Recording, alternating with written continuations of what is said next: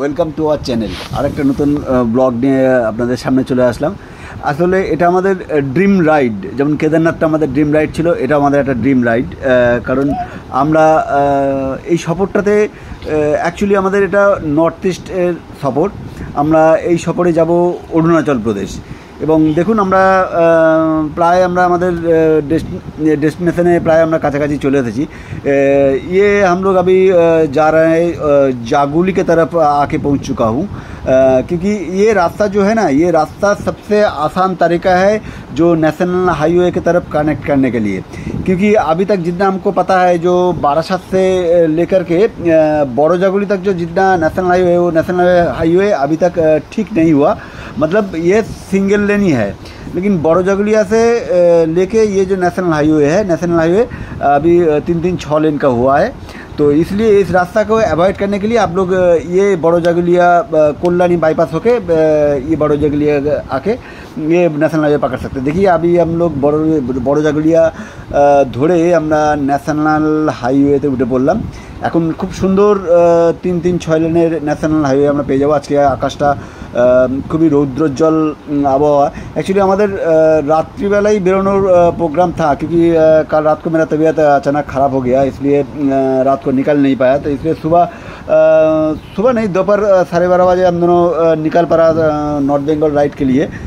Actually এই সফরটা আমাদের খুব রোমাঞ্চকর সফর হবে। তার কারণ হচ্ছে এই সফরে আমরা অনেক অফবিট জায়গা আমরা कवर করব। তার মধ্যে स्पेशली है अरुणाचल प्रदेश, यही हमारा टारगेट है। अरुणाचल प्रदेश का तवांग, दिरांग, गुमला, ये तीनों जगह हम दोनों ट्रैवल करूँगा और वहाँ का जितना अच्छा जगह है वो दिखाने का कोशिश करूँगा।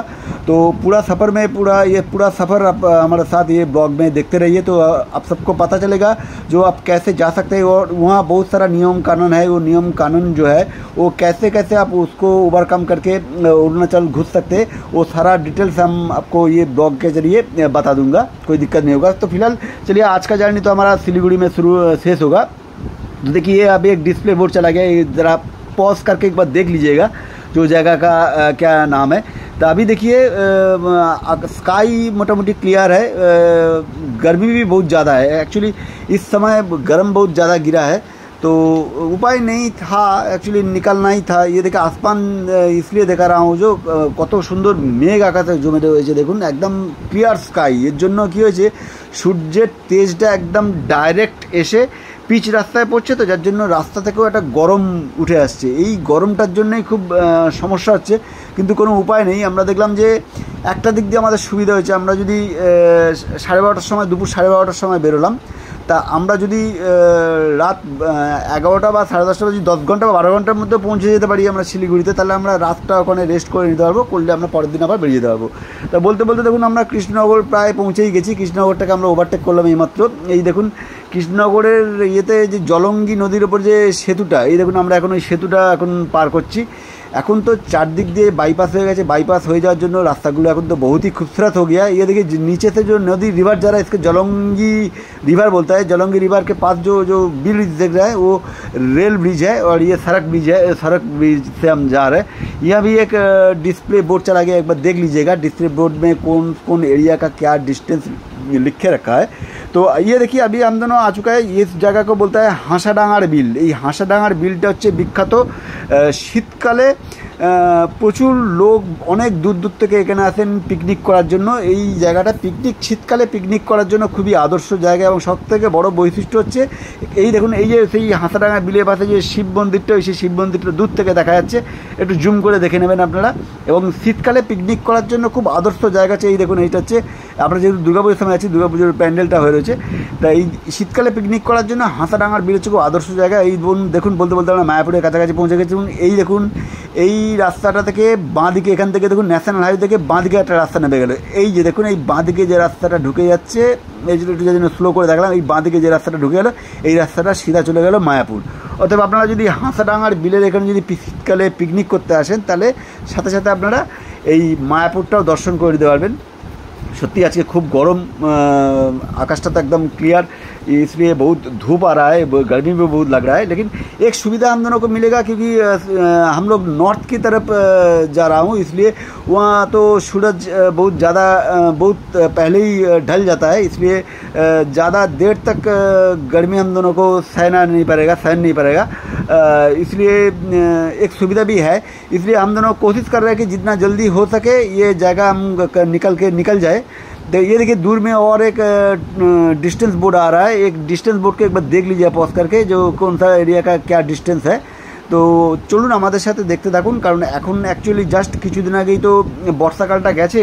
এই বর্ষাকালটা যাওয়ার জন্য এবছর তো রেকর্ড পরিমাণে বৃষ্টি হয়েছে, এবং রেকর্ড পরিমাণে বৃষ্টি হওয়ার জন্য কী হয়েছে, চারদিকটা দেখুন পুরো একদম ঘন সবুজ হয়ে রয়েছে, এবং আকাশটা দেখুন একদম পুরো নীল ঝকঝকে আকাশ, এবং দেখুন তার সঙ্গে সাদা পেঁজা তুলোর মতো একদম মেঘ, একদম অসাধারণ লাগছে। এবং দিনের বেলা গেলে একটা সবথেকে বড় সুবিধা হচ্ছে এই যে প্রাকৃতিক সৌন্দর্যগুলো আছে, এই প্রাকৃতিক সৌন্দর্যগুলো আপনাদের দেখানোর একটা সুবিধা পাই। এই দেখুন দেখতে দেখতে আমরা বহরমপুর বাইপাসে এসে পৌঁছেছি। এই বহরমপুর বাইপাসটা হওয়াতে আমাদের দারুণ সুবিধা হয়েছে।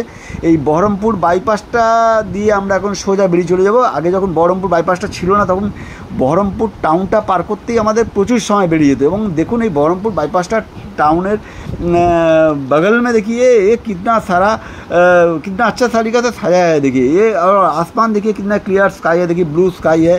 और देखिए एक्चुअली এই বাইপাসের ধারে দেখুন সবথেকে বড় সুবিধা যে, এবং দেখতে দেখতে দেখুন আমরা চলে আসলাম आयरन सेतुर ওপরে। এই आयरन सेतुটা সত্যি समस्त हर एक ब्लॉगर के सामने एक ड्रीम राइड होता है जो अपना गाड़ी लेके आयरन सेतु के ऊपर से जाएगा।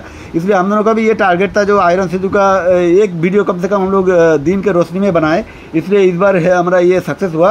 और समूह भी बोल रहा था जो पापा फिक्र मत कीजिए, तो इस सफ़र में हम दोनों ज़रूर बनाऊंगा। तो देखते देखते हम दोनों फिर फराक्का भी आ गए। एक्चुअली पूरा रास्ता का अगर ब्लॉग वीडियो हम लोग बनाएंगे तो वीडियो बहुत बड़ा हो जाएगा, सबको देखने का धैर्य থাকবে না। সেই জন্য আমরা খুব সিলেক্টিভ জায়গাগুলো নিয়ে আপনাদের সামনে তুলে ধরার চেষ্টা করছি। बोलते बोलते देखिए धीरे धीरे देखिए शाम ढल रहा है, और उस तरफ देखिए ये जो नया ब्रिज बन रहा है। एक्चुअली मेरे हिसाब से जो बोलना है जो ये शायद ডবল রাস্তা হয়ে যাবে, কারণ একটা রাস্তা তো যাওয়ার, একটা রাস্তা তো আসার হয়ে যাবে। নাহলে ওই পাশে দেখুন, এই পাশটা দেখুন হচ্ছে ভারতবর্ষের गंगा, और उस तरफ जो दाहिने तरफ जो जगह है वो है बांग्लादेश की। ये देखिए दाहिने तरफ जाए, ये बांग्लादेश की तरफ निकल जा रहा है ये रिवर। एक्चुअली ये गंगा रिवर है। ये ফারাক্কার ব্রিজ, এর উপরে ছবি তোলাটা একেবারেই নিষিদ্ধ, কিন্তু তবুও আমরা লুকিয়ে চুরিয়ে ছবি তোলার চেষ্টা করছি। অ্যাকচুয়ালি সরকারি যে নিয়ম কানুন আছে সেই নিয়ম কানুনগুলো প্রত্যেকেরই মেনে চলা উচিত। এবং সবথেকে বড় ফ্যাক্টরটা হচ্ছে সমু এই সফরে এত ধৈর্য ধরে গাড়ি চালাচ্ছে যে কল্পনা পারে। এই ফারাক্কা সেতুতে ওঠার আগে আমরা এত ভয়ঙ্কর জ্যাম পেয়েছি যে কমপক্ষে 3 से 4 किलोमीटर उससे भी ज़्यादा हो सकता है। समझो कितना, उससे मेरे हिसाब से तो उससे भी ज़्यादा है, लगता है 4 से 5 किलोमीटर से भी ज़्यादा रास्ता पूरा ब्रिज में चढ़ने से पहले पूरा जैम था। सोमू इधर उधर से डॉच करते करते हुए बाइक को लेकर आया। फिर वो बोला जो पापा अगर हम रास्ते से जाएगा तो इस ब्रिज के ऊपर ही फंस जाएगा, इसलिए हम दोनों सोमू बोला जो चलिए इस फुट के ऊपर से बाइक ले लेता हूँ। इसलिए हमने बोला ठीक है चलो ले लो। তা সমু এইভাবেই ফুটের উপর দিয়ে বাইকটা নিয়ে নিল। তো খুব সুন্দর যাচ্ছে, দেখুন আপনারা ডান দিকে কত জ্যাম হয়ে রয়েছে, এবং ধীরে ধীরে দেখুন সন্ধে নেমে আসছে। এবার আমাদের অন্তর্পক্ষে একটুখানি স্বস্তি হবে যে আমরা এই গরমটা পাবো না। যাকে আমরা বলতে বলতে প্রায় মালদার কাছাকাছি পৌঁছে গেছি। একটু ডিস্টেंस बोर्ड একটু দেখে নেবেন। एक्चुअली रात हो गए तो अंधेरे में कुछ खास कुछ दिखता नहीं है, इसलिए ज़्यादा से ज़्यादा दिखाने का मौका मिलेगा नहीं, फिर भी कोशिश करूँगा। ये देखिए एक पूजा हो रहा है, इसका लाइट भी दिख रहा है। तो धीरे धीरे चलिए आगे बढ़ते हैं। नॉर्थ बंगाल का रास्ता तो एक्चुअली ये जो पूरा रास्ता है, पूरा रास्ता में 2 जगह बहुत डेंजर होता है, एक है बेलडांगा और एक है नॉर्थ बंगाल का जो है कालिया चौक। ये दोनों जगह बहुत डेंजर है। हम दोनों को ये दोनों जगह के ऊपर ही थोड़ा सा डर लग रहा है, जो क्योंकि ये दोनों जगह में अगर जैम में फंस जाऊँगा तो बहुत कम से कम 2 घंटे, कम से कम बेलडांगा में कम से कम तो 1 घंटा लग ही जाता है, और कालिया चौक में भी कम से कम 2 घंटा तो लग ही जाता है। तो देखते देखते हम दोनों फिर मालदा बाईपास पहुंच ही गए हैं। मालदा बाईपास ये भी एक बढ़िया रास्ता बन चुका है, क्योंकि मालदा बाईपास रास्ता बनने से एक सुविधा हुआ, क्योंकि मालदा बाईपास जब नहीं बना था तब अगर मालदा टाउन के अंदर देखो मालदा टाउन के अंदर अगर कोई गाड़ी घुसता, कोई बाइक लेके जाता या कोई भी व्हीकल लेके जाता तो वहाँ टाउन से निकलने में कम से कम 1 से 2 घंटा निकल जाता, क्योंकि इतना मालदा क्या जगह है ना, मालदा से 3-4 जगह निकलता है, जो बिहार का तरफ भी गाड़ी जाता है और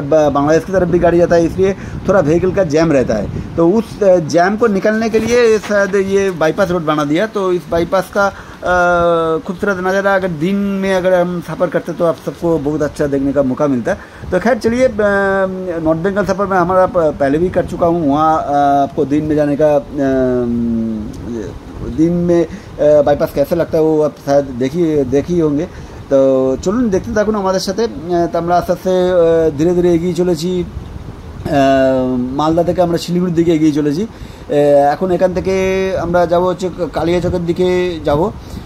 তা মোটামুটি আমরা যতটা মনে হচ্ছে আমরা এখন রায়গঞ্জ বাইপাস পেরিয়েও আমরা এখন চলে এসেছি ডালখোলার কাছে। কারণ এই রাস্তাটা সত্যি দেখুন, আমরা আস্তে আস্তে করে কিষানগঞ্জেও চলে আসলাম। এই কিষানগঞ্জের রাস্তা बाँ पास एक्चुअली रेलवे स्टेशन ये देखिए आई लव किशनगंज, ये शायद ये दिखाने के लिए यहाँ रुका हुआ था। এবং এই জায়গাটা দেখুন কিষানগঞ্জের রাস্তাটা আগে খুবই খারাপ ছিল, এখন রাস্তাটা একটু ভালো করে দিয়েছে। এবং সবথেকে বড় সুবিধা যেটা হচ্ছে যে আগে মোটামুটি ডালখোলা থেকে এই ইসলামপুর বাইপাস পর্যন্ত রাস্তার অবস্থা খুবই খারাপ ছিল। জাস্ট এই বছর আমরা এসে এই জিনিসটা দেখতে পারলাম যে এই রাস্তাটা এখন মোটামুটি ভালোই করে দিয়েছে। সামান্য রাস্তা কিষানগঞ্জে আপনারা একটু খারাপ পাবেন, বাদ বাকি রাস্তা ভালোই পাবেন। এই দেখুন সেই কিষানগঞ্জ স্টেশনের পাশে যে রেলওয়ে যে ফুটওভার ব্রিজ है, ফুটওভার ব্রিজ। তো চলুন আমরা এখন কিষানগঞ্জটা क्रॉस করে যাচ্ছি। এই রাস্তার টোটাল জার্নির মধ্যে কিছুটা पोर्शन बिहार में पड़ता है, बिहार कवर करना पड़ता है। बिहार छोड़ के फिर हम दोनों बंगाल में घुस जाऊंगा। ये देखिए ये फ्लाईओवर बहुत ही बढ़िया बना है। एक्चुअली ये फ्लाईओवर बनने से पहले भी अगर किशनगंज उस समय पार करना बहुत ही दिक्कत का बात था। ये किशनगंज पार करने में भी उस समय कम से कम 1 से 2 घंटा निकल जाता है। इसलिए पहले जब जो ब्लॉगर लोग जाते थे, अब वहाँ बहुत सारा ब्लॉगर के ब्लॉग में आप देख पाएंगे जो सिलीगुड़ी घुस रहा है, कोई 15 घंटा में, कोई 18 घंटा में। वो रोड के कारण नहीं, वो इस रोड के कारण, इस जैम के कारण, रोड के कारण के लिए नहीं, इस जैम में इतना फंस जाता जो 8 घंटा 9 घंटा का जर्नी वो 14 घंटा 15 घंटा 17 घंटा 18 घंटा लग जाता था। लेकिन अभी वो प्रॉब्लम सॉल्व हो चुका है। अभी रास्ता देखिए कितना अच्छा रास्ता बना दिया है। देखिए রাস্তার উপরে কত সুন্দর লাইট লাগিয়ে দিয়েছে। আজ থেকে কমসে কম 1 বছর 1.5 বছর আগে এই রাস্তা দেখলে একদম আতঙ্ক লাগতো এবং এত ভাঙা রাস্তা ছিল যে এই দেখুন এটা খুব মানে দেখাচ্ছে পাশ দিয়ে আমাদের বাঁ দিক দিয়ে একটা গাড়ি চলে গেল। অ্যাকচুয়ালি এই রাস্তাটা খুবই অন্ধকার, যার জন্য ভালোভাবে দেখাতে পারলাম না। তা আমরা বলতে বলতে আমরা এখন আবার বেঙ্গলেই ঢুকে গেছি। এই জায়গাটা হচ্ছে আমাদের পশ্চিমবঙ্গের, এটা ইসলামপুর আর কি। আমরা ইসলামপুর আমরা এখন ঢুকে গেছি। ইসলামপুর বাইপাসটা দিয়ে আমরা এখন যাচ্ছি। ইসলামপুরটাও বাইপাস টাউন করে দিয়েছে এবং এই বাইপাস করে দেওয়ার জন্য ইসলামপুরটাও খুব সহজে পার হয়ে যাওয়া যাচ্ছে। এখান থেকে শিলিগুড়ির ডিস্টেন্স আর খুব বেশি নেই। এবং চলুন দেখা যাক কতটা, কারণ সমু তো প্রত্যেকবারই খুব রেকর্ড টাইমে চালায়, এবারও আশা করি ও সেই রেকর্ড বজায় রাখবে। তো চলুন সামনে দেখতে থাকুন। এখানে একটা এই যে দেখুন এই জায়গা থেকে ডান দিকে যে রাস্তাটা চলে গেল, ডান দিক দিয়ে যদি আপনারা চলে যান ফুলবাড়ি ওই জলপাইগুড়ির দিকে চলে যাবেন। আমরা বাঁ দিকের রাস্তাটা নিলাম, আমরা এখন বাগডোগরার দিকে নিলাম। মানে বাগডোগরা মানে আমরা প্রায় শিলিগুড়ি পৌঁছেই গেলাম আর কি। শিলিগুড়ি से बागडोगरा का डिस्टेंस अप्रोक्सीमेटली 9 से 12 किलोमीटर का है। আমরা প্রায় বাগডোগরার কাছাকাছি পৌঁছেই, মানে শিলিগুড়ির কাছাকাছি পৌঁছেই গেলাম। খুব ভালো চালিয়েছে এই সফরে। আমার সফর সঙ্গে আছে আমার ছেলে সমু। তা পুরো ব্লগটা আপনাদের দেখানোর চেষ্টা করলাম, পুরো রাস্তাটা সহজ কীভাবে পৌঁছে যাওয়া যায় সেটা দেখানোর চেষ্টা করলাম। এটা যদি ভালো লেগে থাকে তো আমাদের চ্যানেলটা অতি অবশ্যই লাইক করবেন, কমেন্টস করবেন, সাবস্ক্রাইব করবেন এবং যতখানি বেশি করে সময় হয় আপনাদের বন্ধুদের সাথে আমাদের এই চ্যানেলটা শেয়ার করবেন। এই দেখুন আমরা বাগডোগরা পৌঁছেই গেছি আর অল্প কিছুটা সময় লাগবে আমাদের শিলিগুড়ি পৌঁছাতে। এইটাই হচ্ছে সেই বিখ্যাত বাগডোগরার সেই 3 মাথার মোড়টা। এইখানে আসলে সত্যি একটা স্বস্তি লাগে। এই দেখুন আমরা বাগডোগরা থেকে শিলিগুড়ি রাস্তাটা ধরে নিলাম। একটা দারুণ লাগে, এতখানি রাস্তা খুব মানে খুব অল্প সময়ের মধ্যে আমরা চলে আসলাম। মানে বললে বিশ্বাস করবেন না, আমরা 12:30 12:30 সময় আমরা স্টার্ট করেছি জার্নি আমাদের। এখন ঘড়িতে টাইম হচ্ছে সন্ধে এই রাত 10:30। মানে আমরা প্র্যাকটিক্যালি আমরা 8 ঘন্টার মধ্যে আমরা এই 10 ঘন্টার মধ্যে আমরা শিলিগুড়ি ঢুকলাম উইথ রেস্ট টাইমটা। এই দেখুন সেই দার্জিলিং মোড়টা, যেখান থেকে বাঁদিকে গেলে দার্জিলিং পৌঁছে যাওয়া যায়। তা তা চলুন আমরা আস্তে আস্তে করে এগিয়ে চলি। আর শিলিগুড়ি টাউনটা তো আর অল্প একটু নেই, পুজোর সময় মানে বুঝতেই পারছেন শিলিগুড়ি তো একদম শহরের প্রাণকেন্দ্র, অতএব এখানে প্রচুর জ্যাম হয়। তো আমাদের এই পুরো চ্যানেলটা যদি, আমাদের পুরো ব্লগটা যদি আপনাদের ভালো লেগে থাকে তো আমাদের এই চ্যানেলটা অতি অবশ্যই লাইক করবেন, কমেন্টস করবেন, সাবস্ক্রাইব করবেন এবং যতখানি বেশি করে সম্ভব হয় আপনাদের বন্ধুদের সাথে আমাদের এই চ্যানেলটা শেয়ার করবেন। So friend, thanks for watching entire video.